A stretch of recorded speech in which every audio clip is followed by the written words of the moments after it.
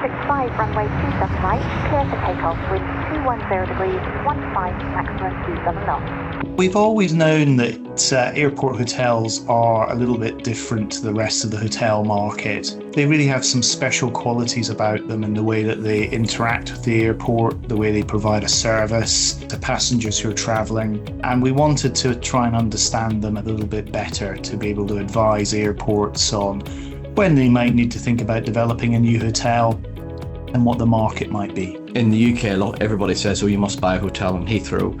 And what was quite evident when we started advising people that actually some of these other hotel locations, such as Bristol and other hotel locations in terms of airports, were doing incredibly well. So that's what made me think, well, actually, we've got this amazing airport division within our business, and we've got a hotel. Why don't we bring the two together to do a unique piece of research and actually advising people where they really should invest and where they shouldn't invest?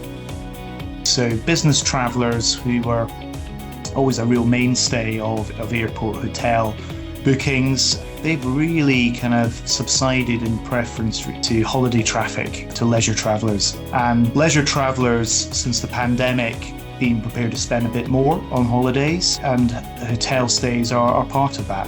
It's really about the shift from prioritising shopping to prioritising experience. People are becoming less materialistic in terms of items. People want that experience. And some of the city centre hotels, we have just seen people moving towards more experiences and travelling and so on. When you look back in life, are you going to remember the latest iPhone, or are you going to remember that experience where you went off travelling with your partner and done something quite amazing?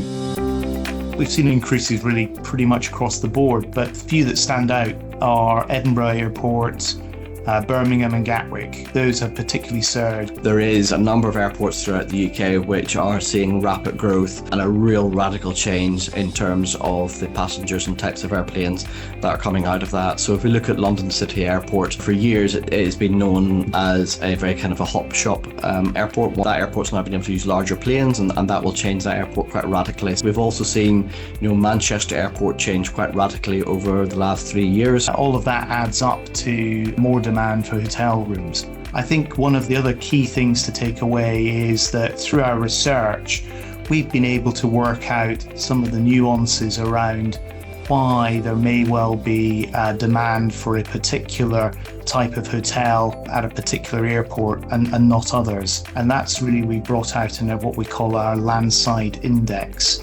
And that's really a tool which will help us and help airports to better understand the demand nuances and plan the development of future airport hotels. So the Landside Index is using the data from basic hotel performance and actual airport performance and bring them together to try and build a benchmarking exercise. We've had reports looking at KPIs for hotels, we've had reports looking at KPIs for airports, but we've never had something to bring the two together and try and look at the data output of that.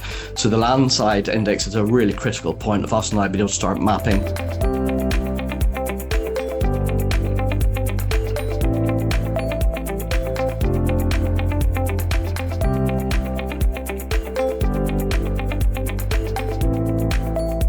It's partly to do with removing some of the anxiety that a lot of passengers have over getting to the airport on time. What did surprise me from the report, and bearing in mind we live and eat and breathe in the sector, is just how strong some of the numbers were. We knew that the airport market in terms of hotels had performed incredibly well, but actually when you see it in live data and you actually see how much it has performed, it was very, very surprising.